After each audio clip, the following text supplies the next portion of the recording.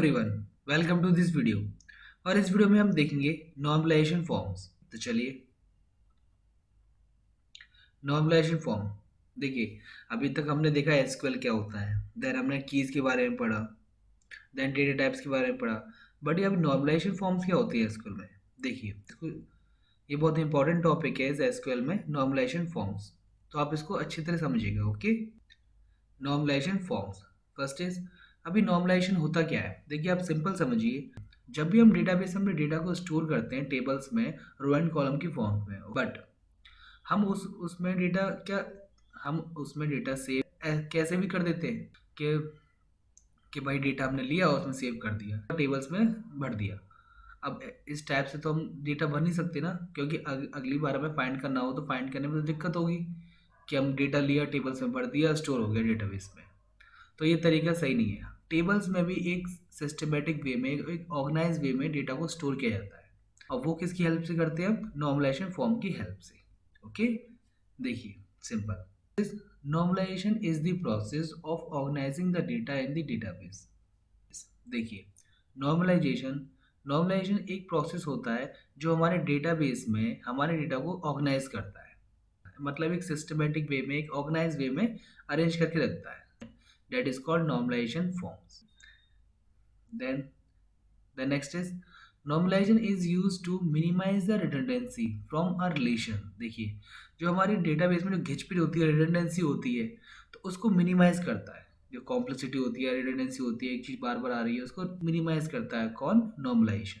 Okay, देखिए, normalization is used to minimize the redundancy from a relation or set of relation. Okay, it is also used to eliminate the undesirable characteristics like insertion, update and delete anomalies. देखिए, अगर हम देखिए, हम अपने database में जो data को store करते हैं, अगर हम ऐसे अपने डेटा को टेबल में स्टोर कर देते हैं, अब जब हम उसमें इंसर्ट करते हैं, अपडेट करते हैं, डिलीट करते हैं, तो उसमें हमें आती है प्रॉब्लम। जब तक अपने डेटा को हम एक सिस्टमेटिक वे में, ऑर्गेनाइज वे में सेट नहीं करेंगे, तब तक हमें आएगी उसमें प्रॉब्लम। आपने डेटाबेस में डेटा को स्टोर किया टेबल्स में, ओके, रो एंड कॉलम्स की फॉर्म में। ओके, देन अब आप उसमें ट्राई कर रहे हैं कि मैं इंसर्ट करना चाहता हूँ कोई वैल्यू, या अपडेट करना चाहता हूँ, या डिलीट करना चाहता हूँ, तब उसमें आएगी आपको प्रॉब्लम, बिकॉज क्योंकि अभी तक आपने उसमें नॉर्मलाइजेशन फॉर्म का यूज़ नहीं किया। और नॉर्मलाइजेशन मतलब अपने डेटाबेस में अपने डेटा को एक सिस्टमेटिक वे में ऑर्गेनाइज तरीके से सेव करना। नॉर्मलाइजेशन फॉर्म को यूज करके हम जो अनडिजायरेबल कैरेक्टर्स होते हैं, मतलब जैसे हम इंसर्शन, डिलीशन में जो एनोमलीज, जो प्रॉब्लम आती है, उसको रिमूव करते हैं।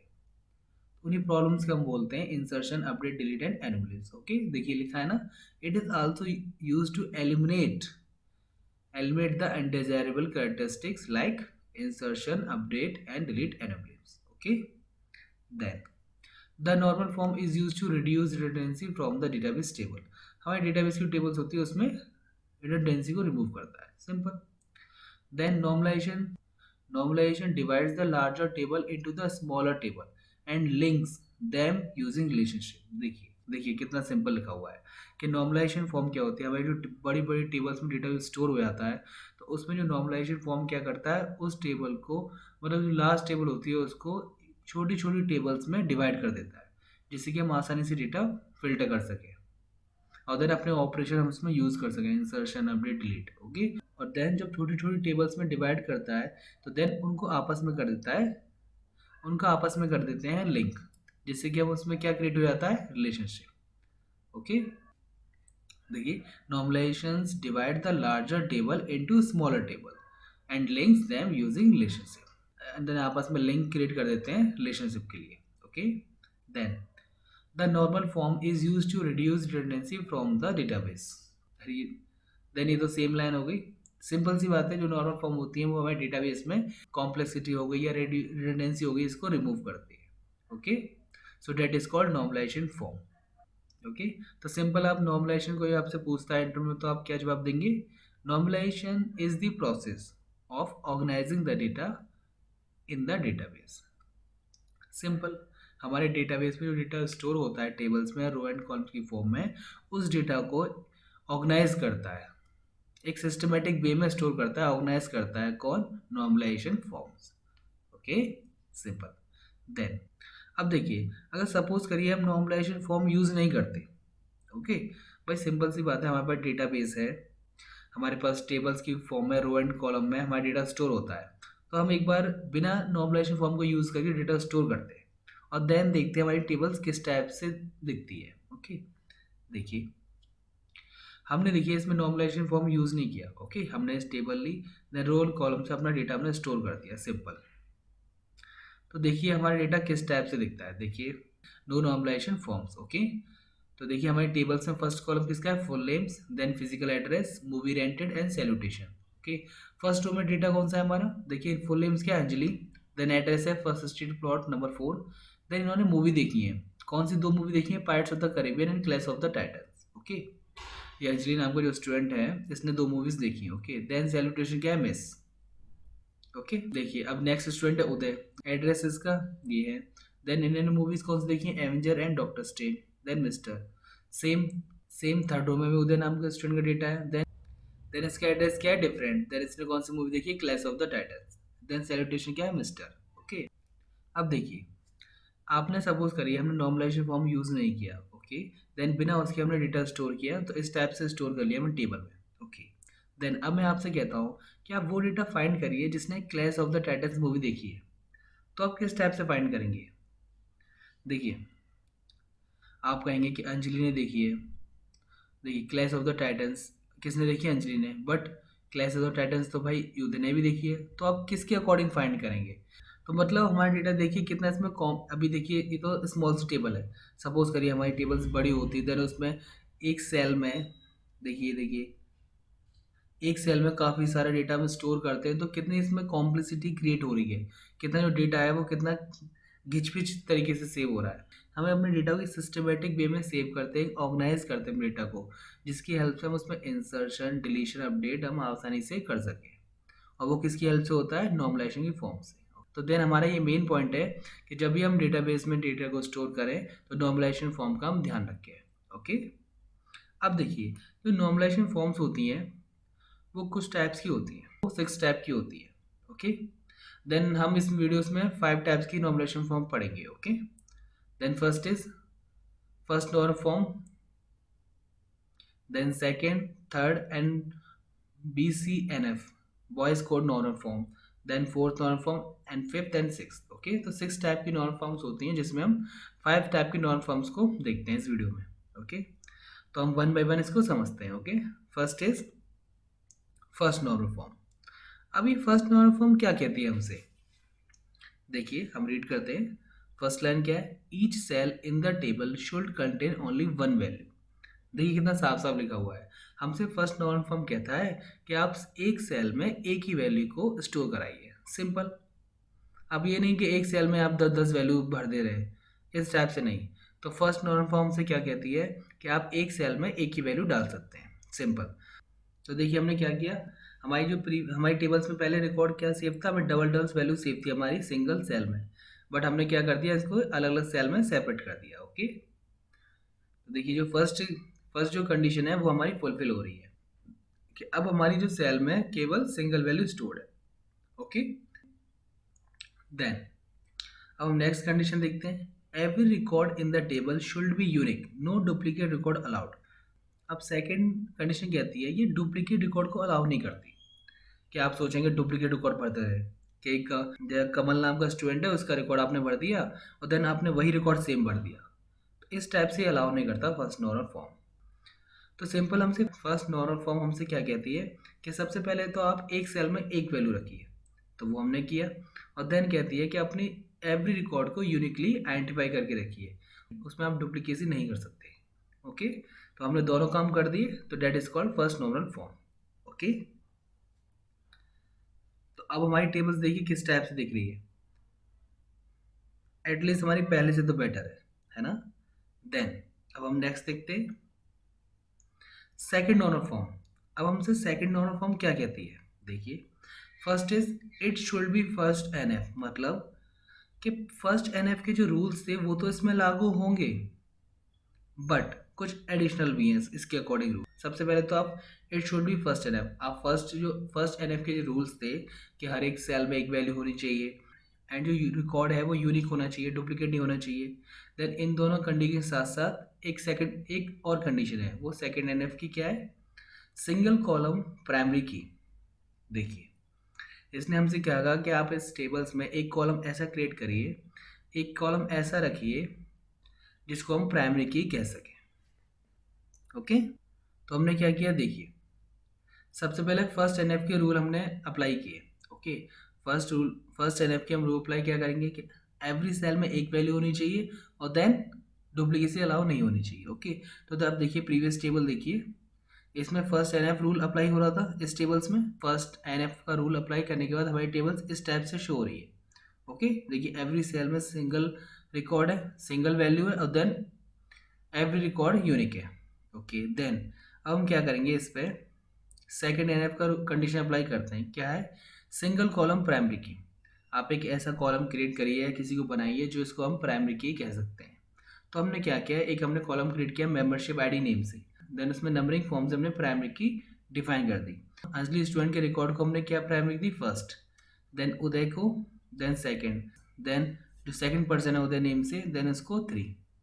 तो आपको प्राइमरी की तो पता ही है कि यूनिक आईडी कंटेन करती हैं और देन नल वैल्यू नहीं होती और डुप्लीकेसी अलाउ नहीं करती। तो सिंपल सी बात है, अंजलि के रिकॉर्ड को हमने जो फर्स्ट प्राइमरी की असाइन की, तो जो कॉलम था मूवी रेंटेड वाला, जिस अंजलि स्टूडेंट ने जो मूवीज़ देखी थी वो तो 2 देखी थी, तो वो अलग अलग कॉलम में हमने सेपरेट कर दिया था। देखिए ये देखिए हमने अलग अलग सेल में हमने सेपरेट कर दी थी वैल्यू, बट नेम देखिए यहाँ पर सेम हो रहे हैं। बट हमने क्या किया, हमने प्राइमरी की डिफाइन की, बस प्राइमरी की तो डुप्लीकेसी नहीं होती कि 1 इस रो को दे और देन 1 इस रो को भी दे दें। तो हमने क्या किया, जो मूवीज़ रेंटेड का जो कॉलम था उसको हमने एक अलग टेबल में स्टोर कर लिया। ओके, देखिए इसमें सारे मूवीज़ के नाम लिख दिए, pirates of the Caribbean, clash of the titans, Avenger, doctor strange and Clash of the Titans. Okay okay, तो देन हमारी एक प्रॉब्लम सॉल्व हो गई कि एवरी रिकॉर्ड को एक यूनिक आईडी मिल गई जिसको हम क्या बोलते हैं, प्राइमरी की। ओके, देन ये कंडीशन तो हमने फुलफिल कर दी। देन अब ये कैसे पता चलेगा कि अंजलि ने कौन सी मूवी देखी थी, क्योंकि हमने वो मूवी का कॉलम तो हटा दिया। तो वो हमने क्या किया, उसको हमने एक अदर टेबल में स्टोर किया और हमने यहाँ पर क्या यूज़ करी है, आप शायद पता कर पा रहे होंगे। आप अगर आपने प्रीवियस वीडियो मेरी की वाली देखी होगी तो आप पता कर पा रहे होंगे कि ये हमने क्या यूज़ करी है, एज अ फॉरेन की। जो इस टेबल की जो प्राइमरी की है वो हमने यहाँ पर क्या यूज़ करी है, एज अ फॉरेन की। देखिए हम फाइंड करते हैं फर्स्ट डेट मीन्स जिसकी फर्स्ट आईडी है उस नाम की जो स्टूडेंट है अंजलि, उसने कौन सी मूवी देखी है, Pirates of the Caribbean. Okay, then same first name पे अंजलि है तो देन इसने ये भी मूवी देखी है, clash of the Titans. Then second name का स्टूडेंट कौन है, देखिए हम देखते हैं सेकंड आईडी किसको डिफाइन है, उदय को। तो देन उदय ने कौन सी मूवी देखी है, Avengers. Then again second Uday ने डॉक्टर स्ट्रेंज भी देखी है। Then last one third ID किसको डिफाइन है, उदय को, उदय नेम से जो सेकंड स्टूडेंट है। ओके, इसका देखिए एड्रेस डिफरेंट है ना। तो देखिए इसने कौन सी मूवी देखी है, देखिए 3 आईडी के according clash of the Titans. Okay, तो हमने सिंपल क्या किया, हमने एक अदर टेबल बना दी जिसमें मूवीज को हमने स्टोर कर दिया और देन स्टूडेंट की जो आईडी थी एज अ स्टूडेंट की जो आईडी थी प्राइमरी की, उसको हमने एज अ फॉरेन की यूज़ कर लिया, जिससे कि इन दोनों में टेबल्स में आपस में लिंक बनाकर एक रिलेशन, हमने इन दोनों की टेबल में आपस में रिलेशनशिप क्रिएट कर दी। ओके, तो सेकंड नॉर्मल फॉर्म से सिंपल क्या कहती है कि आप फर्स्ट एनएफ के जो रूल्स है उनको फुलफिल करिए और देन एक कॉलम ऐसा दीजिए जिसको हम प्राइमरी की कह सकें, सिंपल। देन अब हम नेक्स्ट देखते हैं, अब हम देखते हैं थर्ड नॉर्मल फॉर्म। अब थर्ड नॉर्मल फॉर्म हमसे क्या कहती है, देखिए हमने फर्स्ट नॉर्मल फॉर्म देखी, हमसे फर्स्ट नॉर्मल फॉर्म ने क्या कहा था कि आप एवरी सेल में सिंगल वैल्यू स्टोर करिए और देन एवरी रिकॉर्ड को यूनिक रखिए। ओके, डुप्लीकेसी अलाउ नहीं थी। देन सेकंड एनएफ में क्या कहा था, एक कॉलम को आप प्राइमरी की बनाइए। ओके, अपनी टेबल्स में। देन अब बात करते हैं थर्ड एनएफ की। थर्ड नॉर्मल फॉर्म से क्या कहती है, देखिए इसने फर्स्ट लाइन क्या कहा, it should be second NF, मतलब जो सेकंड नॉर्मल फॉर्म के जो रूल्स थे, कंडीशन थी, उसको तो फुलफिल करना ही है। प्लस थर्ड नॉर्मल फॉर्म के क्या एडिशनल रूल क्या है, has no transitive functional dependency. अब देखिए सबसे पहले तो आप सेकंड एनएफ तक रूल्स कंडीशन को अप्लाई करिए अपने टेबल्स में। ओके, देन देखिए जैसे हमने इसमें सेकंड एनएफ अप्लाई किया था इस टेबल्स में, सेकंड एनएफ रूल अप्लाई करने के बाद हमारी टेबल इस टाइप से शो हो रही थी। अब इस टेबल से अप्लाई करेंगे हम थर्ड नॉर्मल फॉर्म का रूल। वो क्या है? Has no transitive functionality. सबसे पहले हम देखते हैं फंक्शनल डिपेंडेंसी होती क्या है। पहले भाई अप्लाई करने से पहले ये तो देख लीजिए होता क्या है। देखिए, functional dependency that means a transitive functional dependency is when changing a non key column। Non की कॉलम मतलब डेट मीन्स उसको हम कोई सी भी की नहीं बना सकते, ना कोई की नहीं बना सकते, ना प्राइमरी की ना कैंडिडेट की, किसी टाइप की नहीं बना सकते, उसको हम बोलते हैं नॉन की column. Okay, a transitive functional dependency is when changing a non की कॉलम। अगर नॉन की कॉलम को हम चेंज करते हैं इसकी वैल्यू को, might cause any of the other non की कॉलम टू चेंज। तो उसके अकॉर्डिंग कोई अदर नॉन की कॉलम की वैल्यू भी चेंज होती है। देखिए सपोज करिए आपके पास दो कॉलम, आपके पास एक एक कॉलम है नॉन की कॉलम, ओके, उसमें रिकॉर्ड सेव है। नॉन की कॉलम दैट मीन्स उसको हमने कोई सी की बनाया, सिंपल एक कॉलम है उसमें रिकॉर्ड सेव है, ओके। देन उसमें से हम किसी एक रिकॉर्ड को हम चेंज करते हैं तो क्या किसी अदर कॉलम के रिकॉर्ड पे इफेक्ट पड़ेगा? क्या उसको भी चेंज करना होगा? यस। तो उसको हम बोलते हैं फंक्शनल डिपेंडेंसी। जैसे देखिए, मैं आपको इस टेबल्स में दिखाता हूँ। ये हमने सेकंड एनएफ रूल तक हमने इसमें अप्लाई किया था इस टेबल में।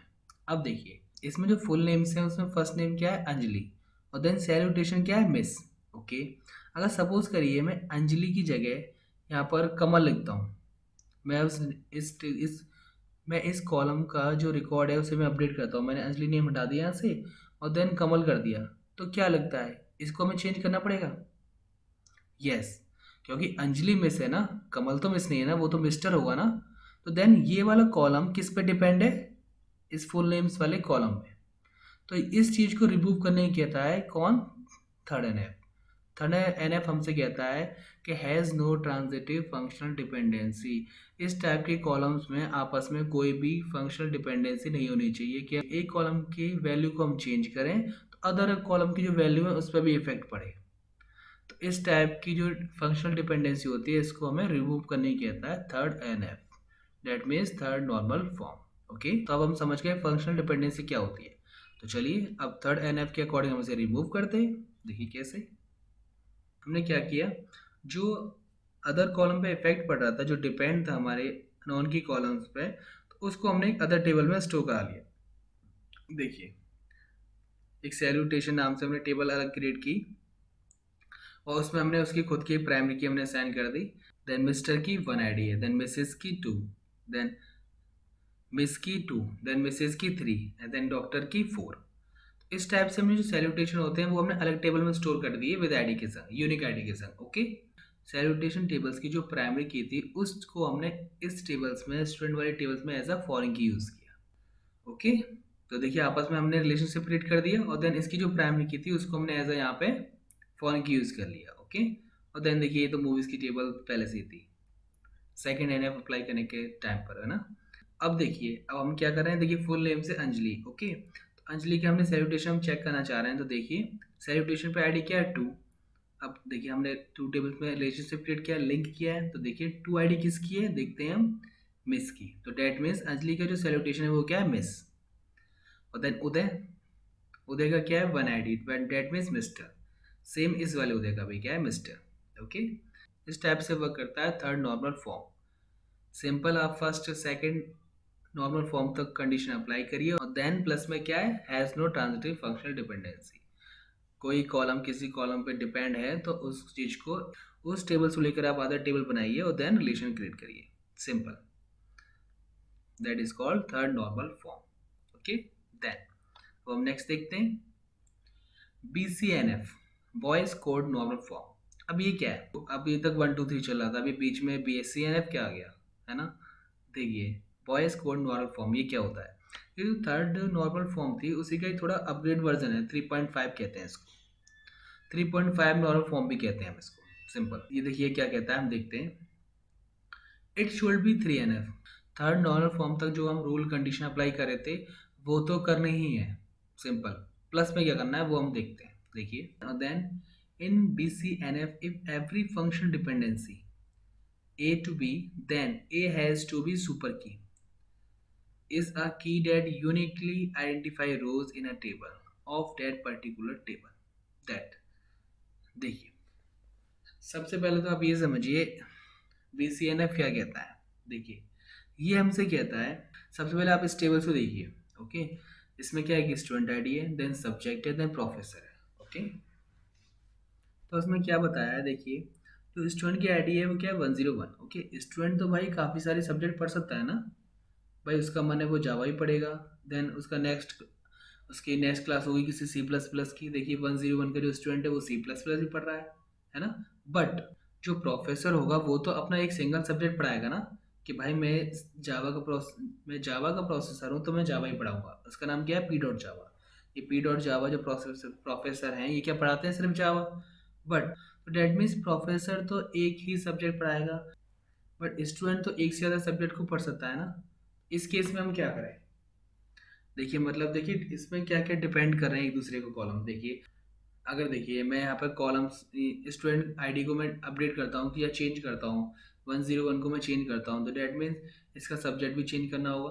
डैट मीन्स ये काफ़ी सारे सब्जेक्ट पढ़ता है। ओके, तो देखिए जो पढ़ता होगा वो सब्जेक्ट लेंगे। तो जैसे सपोज करिए हमने C# लिया, अपडेट किया, तो उसके अकॉर्डिंग हमें प्रोफेसर भी चेंज करना होगा, क्योंकि C# कौन पढ़ाता है, P.C#। तो ध्यान देखिए इस कॉलम के अकॉर्डिंग हमें प्रोफेसर भी चेंज करना पड़ रहा है, बिकॉज प्रोफेसर तो अपना एक सब्जेक्ट पढ़ाता है, बट स्टूडेंट एक से ज़्यादा काफ़ी सब्जेक्ट को पढ़ सकता है। इस टाइप से जो फंक्शनल डिपेंडेंसी क्रिएट होती है, उसको हम तो उस वो किस केस में आती है, BCNF, Boyce code normal form है। तो इसका देखिए क्या है, दैट मीन्स इसका मतलब क्या है, दैट मीन्स देखिए one student can enrol for multiple subject. भाई एक स्टूडेंट तो काफ़ी सारे सब्जेक्ट यूज़ कर सकता है, 7 8 कितने भी, फॉर ईच सब्जेक्ट, है ना, कर सकता है। But for each subject a professor is assign to this subject, but हर एक सब्जेक्ट के लिए प्रोफेसर तो असाइन है ना। And there can be multiple professor teaching one subject. और देखिए मल्टीपल प्रोफेसर भी एक सब्जेक्ट को पढ़ा सकते हैं। भाई आज इस सब्जेक्ट को जैसे शर्मा जी पढ़ा रहे हैं, है ना, हम उनसे पढ़ रहे हैं, जैसे शर्मा जी ने कहा उनकी तबीयत खराब है, अब वर्मा जी पढ़ाएंगे, तो वर्मा जी को भी आता है ना वो सब्जेक्ट। एक सब्जेक्ट को तो काफ़ी सारे प्रोफेसर भी पढ़ा सकते हैं। तो समझ रहे हैं देखिए, मल देखिए मल्टीपल स्टूडेंट, देखिए एक स्टूडेंट मल्टीपल सब्जेक्ट भी चूज कर सकता है, और देन एक सब्जेक्ट को मल्टीपल प्रोफेसर भी पढ़ा सकते हैं। ओके, देखिए किस टाइप से फंक्शनल डिपेंडेंसी क्रिएट हो रही है एक दूसरे से। ओके, तो इस केस में हम क्या करेंगे, देखिए सिंपल। देखिए हमने सबसे पहले क्या किया, स्टूडेंट टेबल क्रिएट की, देन स्टूडेंट टेबल से हमने स्टूडेंट की आईडी लिखी, देन और प्रोफेसर आईडी। अब प्रोफेसर आईडी कहाँ से, एक प्रोफेसर की टेबल बनाई हमने किस टाइप से, जिसमें हमने एक प्राइमरी की असाइन करी, प्राइमरी की डिफाइन करी प्रोफेसर आईडी नेम से, जिसमें यूनिक आईडी दी हमने 1 2 3 4। देन और देन हमने इसमें प्रोफेसर के नेम लिखे, और जो प्रोफेसर जो सब्जेक्ट पढ़ाता है उसके अकॉर्डिंग हमने इस टेबल में रिकॉर्ड सेव कर दिया। P.Java क्या पढ़ाते हैं, जावा। P.C++CPP क्या पढ़ाते हैं, C++। और देन P.Java 2 क्या पढ़ाते हैं, ये भी जावा पढ़ाते हैं। देखिए P.C# क्या पढ़ाते हैं, C#। हमने क्या किया, देखिए जो प्रोफेसर जो सब्जेक्ट पढ़ाता है उस रिकॉर्ड के अकॉर्डिंग हमने एक टेबल क्रिएट करी और उसमें यूनिक आईडी असाइन कर दी। ओके, तो इस टेबल की जो प्राइमरी की है वो क्या है, प्रोफेसर आईडी। तो इस प्राइमरी की को हमने इस टेबल में इसको कैसे यूज़ किया, एज अ फॉरेन की। ओके, तो देखिए आप देखिए हम देखते हैं 101 स्टूडेंट क्या पढ़ता है। देखिए हम देखते हैं इसके सामने क्या प्रोफेसर आईडी क्या है इसकी 1, तो हम प्रोफेसर टेबल में चलते हैं। प्रोफेसर आईडी 1 में कौन सा प्रोफेसर है, P.Java। और P.Java क्या पढ़ाते हैं, जावा। तो डेट मीन्स जो 101 का जो स्टूडेंट है वो क्या पढ़ता है, जावा। अब हम नेक्स्ट देखते हैं, देखिए 101 वही स्टूडेंट है 101 का। अब इसकी प्रोफेसर आईडी क्या है, 2। अब प्रॉफ 2 पे हम देखते हैं P.CPP। देन ये प्रोफेसर क्या पढ़ाते हैं, C++। मतलब ये स्टूडेंट देखिए जावा भी पढ़ता है और देन C++ भी पढ़ता है, क्योंकि मल्टीपल मल्टीपल सब्जेक्ट पढ़ सकता है ना स्टूडेंट। तो देखिए इस टाइप से कितना इजीली फाइंड करना हो गया आसान हमारे लिए। इस टाइप से अगर फंक्शनल डिपेंडेंसी आपको मिलती है तो देन हम सिंपल क्या करेंगे, जिस कॉलम पर है तो हम सिंपल क्या करेंगे, उस डेटा को हम 2 टेबल्स में डिवाइड कर देंगे विद प्राइमरी की के साथ, और देन दूसरी टेबल में एज अ फॉरेन की यूज़ करेंगे जिसकी हेल्प से रिलेशन क्रिएट होगा। ओके, तो देखिए अब आइडेंटिफाई करना कितना आसान हो गया। तो इसको हम बोलते हैं BCNF, Boyce code normal form. Simple वही है फंक्शनल डिपेंडेंसी, जैसे हमने थर्ड एनएफ में देखा था, उसका ही थोड़ा अपग्रेड वर्जन है। थर्ड एनएफ क्या था, हम सिंगल कॉलम में वैल्यू को अपडेट करते हैं तो अदर कॉलम पे इफेक्ट पड़ता है ना। और इसमें क्या है कि हम फर्स्ट कॉलम में कोई वैल्यू अपडेट करते हैं तो अदर पे पड़ता है, अदर के अकॉर्डिंग तीसरे पे भी पड़ता है। ओके, इस टाइप से इसमें फंक्शनल डिपेंडेंसी होती है, उसको हमने बी सी एन एफ के अकॉर्डिंग रिमूव किया। ओके, देन नेक्स्ट देखते हैं फोर्थ एन एफ। अब देखिए हम फोर्थ एन एफ क्या होती है, फोर्थ नॉर्मल फॉर्म। देखिए क्या कह रही है हमसे, देखिए बस R relation will be in four N F if it is Boyce code normal form. देखिए जो B C N F normal form है, बॉयज कोड नॉर्मल फॉर्म, उसके रूल्स को तो फुलफिल करना ही होगा। देन इसके प्लस रूल्स क्या है वो हम देखते हैं। It has no multi value dependency. अब मल्टी वैल्यू डिपेंडेंसी क्या है, हमने फंक्शनल डिपेंडेंसी तो देख ली कि एक कॉलम के अकॉर्डिंग दूसरे कॉलम पे इफेक्ट पड़ता होगा, तो that is called functional dependency.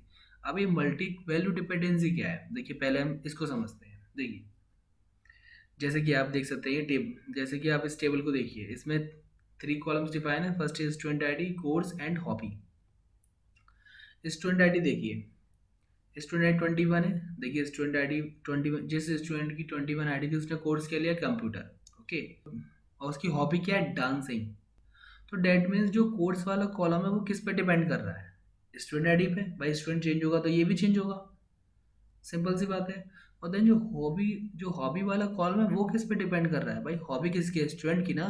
तो ये भी किस पे डिपेंड कर रहा है, स्टूडेंट आईडी पे, स्टूडेंट आईडी वाले कॉलम पे। दैट मीन्स ये भी कॉलम इस पे डिपेंड है कोर्स वाला, और देन ये भी कॉलम इस पे डिपेंड है।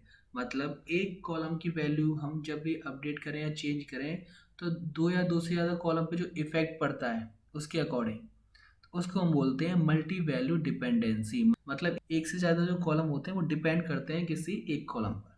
जैसे देखिए ये कोर्स वाला कॉलम है, कंप्यूटर मैथ केमिस्ट्री, ये कोर्स कौन डिपेंड कर रहा है, स्टूडेंट कर रहा है ना। तो ये कॉलम किस पे डिपेंड है, इस पे। अगर मैं इसको अपडेट करूंगा तो इसको भी करना होगा। और हॉबी किसकी होती है, स्टूडेंट की। भाई डांसिंग है, सिंगिंग है, तो ये किस पे डिपेंड है, ये भी स्टूडेंट पे डिपेंड है। अगर मैं इसको अपडेट करूंगा तो इसको भी करना होगा। इसको हम बोलते हैं मल्टी वैल्यू डिपेंडेंसी।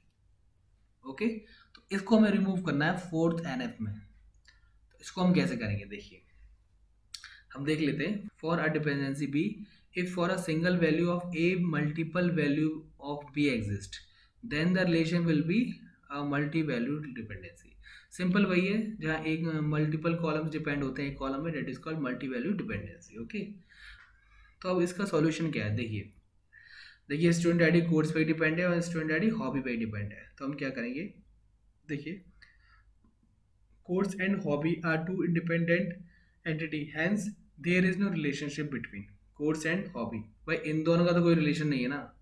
भाई ये इस पे डिपेंड है और ये भी इस पे डिपेंड है, पर ये दोनों तो नहीं जानते ना एक दूसरे को। तो देखिए हम क्या करेंगे, to remove multi value dependency decompose into two tables. Simple सी बात है, हम इनको टू टेबल्स में ब्रेक कर देंगे और दोनों को हम दे देंगे स्टूडेंट आईडी। ओके, देखिए कैसे, देखिए हमने इस मल्टी वैल्यू डिपेंडेंस को रिमूव करने के लिए हमें उस टेबल को हमने डिवाइड कर दिया टू टेबल्स में। भाई कोर्स किस पे डिपेंड था, स्टूडेंट आईडी पर, तो ये लो स्टूडेंट आईडी का कॉलम हमने इसको दे दिया। Okay, separate. और देन हॉबी किस पे डिपेंड थी, भाई स्टूडेंट आईडी पर, तो इसको भी हमने स्टूडेंट आईडी का कॉलम दे दिया एक सेपरेट टेबल में। भाई इन दोनों का तो कोई रिलेशन नहीं था ना, तो सिंपल सी बात है, हमने उस डेटा को हमने टू टेबल्स में डिवाइड कर दिया। सिंपल। तो इस टाइप से हमारी जो मल्टी वैल्यू डिपेंडेंसी होती है वो रिमूव होगी। ओके, इसको हम बोलते हैं fourth NF, that means fourth normal form. Okay, then हम नेक्स्ट देखते हैं fifth NF. Fifth normal form क्या कहती है हमसे, देखिए देखिए इसको आप ध्यान से समझिएगा। The fifth normal form is also known as project join normal form. इसको हम जॉइन नॉर्मल फॉर्म भी कहते हैं, क्यों, देखिए जब हम दो टेबल्स को ज्वाइन करते हैं आपस में तब हमें वहाँ यूज़ करना होता है फिफ्थ एनएफ का। ओके ओके, तो देखिए पहले हम रीड करते हैं। Fifth normal form is also known as project joint normal form, इसको ये भी कहते हैं। Then R relation is in fifth normal form if it is in fourth normal form. That means आप फोर्थ एन एफ तक जो rules condition हमने use करी थी वो तो आपको इसमें अप्लाई करने ही है। Then and will not have lossless decomposition. देखिए ये हमसे क्या कह रहा है, एक तो फोर्थ एन एफ तक, मतलब फोर्थ नॉट फॉर्म तक जो रूल्स कंडीशन थे उसको तो अप्लाई करना ही है, and will not have lossless decomposition, और डी लॉसलेस डिकम्पोजिशन इसमें नहीं होनी चाहिए।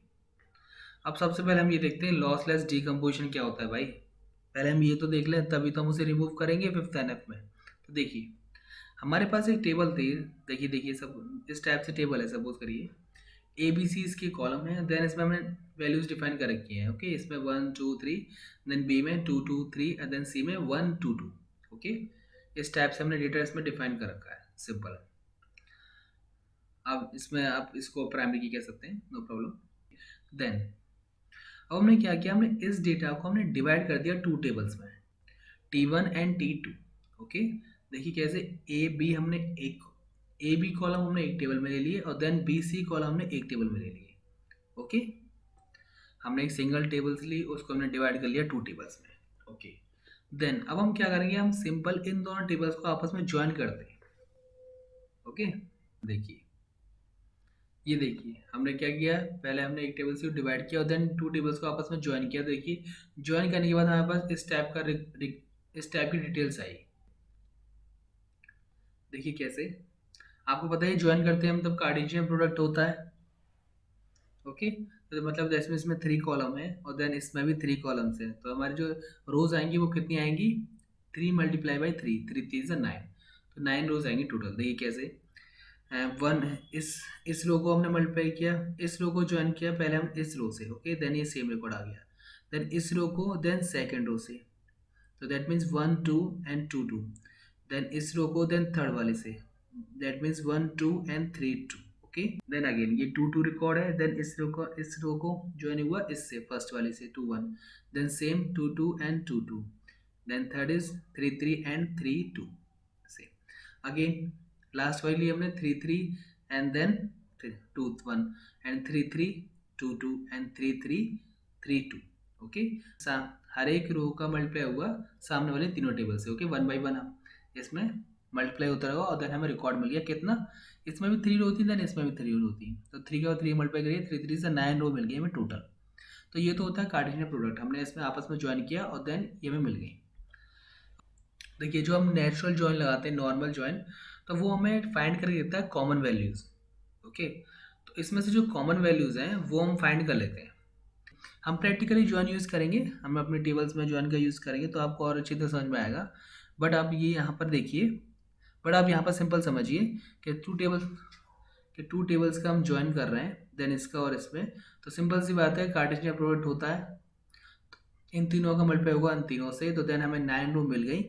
और देन जो हम नेचुरल ज्वाइन लगाते हैं, नॉर्मल ज्वाइन, तो वो हमें कॉमन वैल्यूज देता है, कॉमन वैल्यूज फाइंड करते हैं। ओके, देन देखिए जो हमने ज्वाइन अप्लाई किया था वो किसकी हेल्प से किया था, बी की हेल्प से। ओके, देखिए यहाँ पर भाई इसमें भी कॉमन कॉलम क्या है, बी, कॉमन कॉलम क्या है, बी। दो टेबल्स को हम जब भी ज्वाइन करते हैं तो उन दोनों में कुछ कॉमन चीज़ तो होनी चाहिए ना, तो हमने बी कॉलम की हेल्प से इन दोनों टेबल को ज्वाइन किया। देखिए तो इन दोनों के अकॉर्डिंग जो कॉमन वैल्यूज होंगी वो हमें मिल जाएंगी। देखिए कैसे, अब देखिए ये जो रिजल्ट आया है, ये आया दोनों टेबल्स को कंबाइन करके। ओके, कार्टेशियन प्रोडक्ट हमने यूज़ किया तो हमें ये टेबल्स मिल गई। देन अब जो नेचुरल हम ज्वाइन लगाते हैं, नॉर्मल ज्वाइन, तो उसका मतलब होता है हमें कॉमन वैल्यू देता है, तो हम कॉमन वैल्यू ले लेते हैं पहले इसमें से। ओके, वो हर ज्वाइन के अकॉर्डिंग हर अलग अलग वैल्यू में मिलती है, बट इस हम जो नॉर्मल ज्वाइन लगाते हैं उसमें कॉमन वैल्यूज मिलती है। ओके, हम आने वाली वीडियोस में ज्वाइन को डिटेल से पढ़ेंगे, बट अब अभी यहाँ पर देखिए कि हमने क्या किया, हमने टू टेबल्स को आपस में ज्वाइन किया, किसकी हेल्प से, बी कॉलम की हेल्प से, क्योंकि ये कॉलम दोनों में कॉमन है, तो इसकी हेल्प से हमने इन दो टेबल्स को ज्वाइन किया, देन हमें कार्टेशियन प्रोडक्ट मिला, और देन नॉर्मल ज्वाइन यूज़ कर रहे हैं तो दैट मीन्स हमें कॉमन वैल्यूज मिलेंगी। ओके, तो देखिए फर्स्ट रो में देखते हैं, ए की वैल्यू 1 है, देन बी की वैल्यू क्या है, 2 2, मतलब कॉमन है, तो देन ये रिकॉर्ड में मिल जाएगा। देखिए 1, ए का 1, देन बी का 2 क्योंकि ये कॉमन है, और देन सी का 1, देखिए ले लिया। देन सेकंड रो में 1 2 2 एंड 2, देखिए बी का यहाँ भी कॉमन है डेटा, तो देन ये भी रो में मिल जाएगी, ए का 1, देन सी का 2 एंड बी का तो 2 ही है। देन थर्ड 2 3, देखिए बी की यहाँ 2 है, यहाँ 3 है, तो ये कॉमन नहीं है, तो देन ये हमें रो नहीं मिलेगी। देन नेक्स्ट 2 2, देन ये रिकॉर्ड भी कॉमन है, तो देन ये मिल जाएगा। देखिए 2 2 2 2 देखिए ए की वैल्यू 2 और देन बी की तो कॉमन है 2 और देन सी की वैल्यू 1। ओके, देन नेक्स्ट देखते हैं हम। यहाँ पर भी देखिए बी की वैल्यू सेम है, मतलब हमें ये भी कॉमन डेटा मिलेगा। तो ए की वैल्यू 2 है, देन बी की वैल्यू 2 है, कॉमन है, देन सी की वैल्यू भी 2 है। ओके, देन अब हम नेक्स्ट देखते हैं। देखिए यहाँ पर 2 है, यहाँ पर 3 है, मतलब ये भी नहीं है लेना हमें रिकॉर्ड। यहाँ पर 3 है, यहाँ पर 2 है, तो यहाँ पर भी नहीं लेना। लेकिन जो ज्वाइन होता है ये हमें कॉमन वैल्यूज देता है, इसलिए हम ये नहीं ले सकते। देन यहाँ पर बी की वैल्यू 3 है, देन यहाँ की 2 है, ये भी नहीं ले सकते। हम बी को ही क्यों देख रहे हैं, क्योंकि बी से हमने ज्वाइन किया है ना, दोनों टेबल्स में बी कॉलम कॉमन है। ओके, देन लास्ट देखिए 3 और 3, देखिए ये कॉमन है, तो देन ये डेटा भी हमें मिल जाएगा। देखिए यहाँ पर 3 मिल गया, देन बी की वैल्यू 3 और देन सी की वैल्यू 2। तो जो हमारा फाइनल रिजल्ट आया वो ये टेबल आई है हमारे पास। ओके, हमने क्या किया, हमने एक tables Lee, A B C नाम की कॉलम्स थे, उसको 2 टेबल्स में डिवाइड किया, जिसमें एक में ए बी कॉलम थे, देन सेकंड में बी सी। और इसका मतलब देन दोनों टेबल्स में बी कॉलम कॉमन था, तो उसकी हेल्प से हमने इन दोनों में ज्वाइन लगाया। ज्वाइन का मतलब होता है कॉमन वैल्यू हमें देता है दोनों टेबल्स की। तो कॉमन वैल्यू जब हमें मिली तो हमारी फाइनल टेबल्स हमें मिली वो ये मिली। ओके, ए बी सी हमें कॉलम मिले और देन हमारा ये डेटा मिला। ओके, देन अब आप एक चीज नोटिस करिए, हमारी पहले टेबल्स क्या थी, पहले टेबल क्या थी देखते हैं। सबसे पहले जो टेबल थी उसमें हमारे 3 रिकॉर्ड थे, 1, 2 एंड 3। देखिए ए बी सी वही टेबल है, इसी टेबल्स को तो हमने ब्रेक किया था। भाई हमने क्या किया, हमने एक टेबल्स ली, उसको ब्रेक किया और देन ज्वाइन कर दिए। बट यहाँ पर तो 3 रिकॉर्ड है, और देन वापस ज्वाइन करने के बाद कितने रिकॉर्ड मिले हमें, 1, 2, 3, 4, 5। यहाँ पर हमें 5 रिकॉर्ड मिल रहे हैं। भाई ऐसा क्यों, हमने क्या कर दिया, हमने सिंपल एक टेबल को तोड़ा फिर जोड़ा, तो हमें ये एक्स्ट्रा रिकॉर्ड कहाँ से मिल गए। तो इसी को हम बोलते हैं क्या, लॉसलेस डिकम्पोजिशन। कि आप जब भी ज्वाइन करें 2 टेबल्स को, आप इस कौन सी कॉलम के अकॉर्डिंग हमें ज्वाइन करना है, किसकी हेल्प से हमें ज्वाइन करना है, तो उसको आप ध्यान रखना पड़ेगा, वरना क्या हो जाएगा हमारी ज्वाइंस में लॉसलेस डिकम्पोजिशन। इसी वजह से हम इसको भी क्या बोलते हैं, एक तो 5th NF और then is also known as project join normal form, इसको हम ज्वाइन नॉर्मल फॉर्म भी कहते हैं। ओके, तो आई होप आपको समझ में आया होगा। आई होप आप समझे होंगे कि लॉसलेस डिकम्पोजिशन क्या होता है।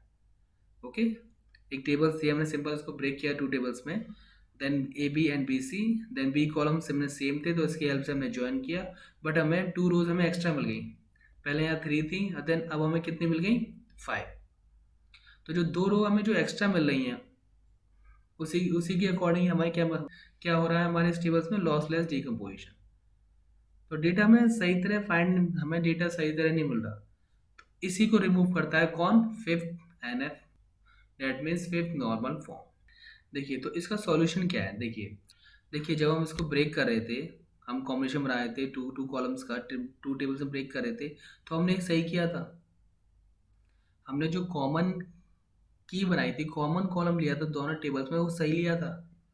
आप खुद देखिए, हमने किसको बनाया था कॉमन कॉलम, इस बी को, और इसमें डेटा कैसा है, डुप्लीकेसी, 2, 2 एंड देन 3। जब भी आप किसी भी कॉलम को कॉमन कॉलम बना रहे हैं तो आप उसमें ध्यान रखिएगा कि वो कोई ना कोई की होनी चाहिए, कोई ना कोई की होनी चाहिए, मतलब उसके जो रिकॉर्ड हैं वो यूनिक होने चाहिए। देखिए लिखा है ना यहाँ पर, you can also consider data relation is in 5th NF if the candidate key implies every join independency in it. जब भी आप ज्वाइंस करें तो जो कॉमन कॉलम होगा आप ध्यान रखिएगा वो एक कैंडिडेट की होना चाहिए, कैंडिडेट की होना चाहिए, दैट मीन्स उसमें जो वैल्यूज हो वो यूनिक हो। तो अब हम यूनिक हो तो हम किसको बना सकते हैं, हम बी को तो बना नहीं सकते, इसमें देखिए सेम सेम है, जिसकी जिसके अकॉर्डिंग क्या हो रहा था हमें टेबल्स में लॉसलेस डिकम्पोजिशन, वो तो हमें करना नहीं है ना, will not have 5th NF में। तो देन अब हम किसको बनाएंगे कॉमन कॉलम, देखिए किसमें डुप्लीकेट डेटा नहीं है, इसमें भी है देन इसमें भी है, तो देन क्लास कौन बचा, ए। तो हम क्या करेंगे, कॉम्बिनेशन हम क्या बनाएंगे, ए बी का और देन ए सी का। ओके, देन दोनों टेबल्स में जब कॉमन कॉलम होगा वो क्या होगा, ए। उसकी हेल्प से जब हम ज्वाइन करेंगे, कार्टेशियन प्रोवाइड करेंगे फर्स्ट इस टाइप से, और देन ज्वाइन का मतलब जो कॉमन वैल्यूज हैं वो हमें प्रोवाइड होंगी, तो देन यहाँ पर क्या वैल्यू होंगी हमें, 3 रोज। ओके, तो आप ये ध्यान रखिएगा, आप ज्वाइन कर रहे हैं तो उससे पहले दोनों टेबल्स में जो कॉमन कॉलम है वो किस टाइप का है। ओके, कॉमन कॉलम में किस टाइप का लेना है। Okay, that is called fifth NF.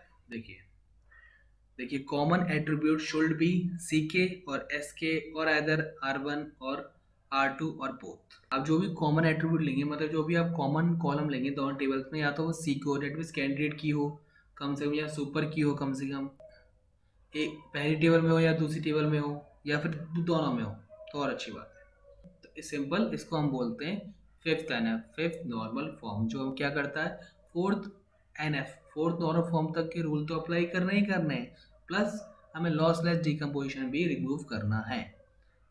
और लॉसलेस डिकम्पोजिशन क्या होता है, तो जो हम जिस कॉमन कॉलम के अकॉर्डिंग ज्वाइन कर रहे हैं वो हम गलत चूज करते हैं तो हमारा डेटा एक्स्ट्रा में मिलता है, उसको हम बोलते हैं लॉसलेस डिकम्पोजिशन। तो इसलिए जब भी आप टू टेबल्स में ज्वाइन करें तो आप करेक्ट कॉमन कॉलम लें। ओके, तो ये कौन कहता है फिफ्थ नॉर्मल फॉर्म।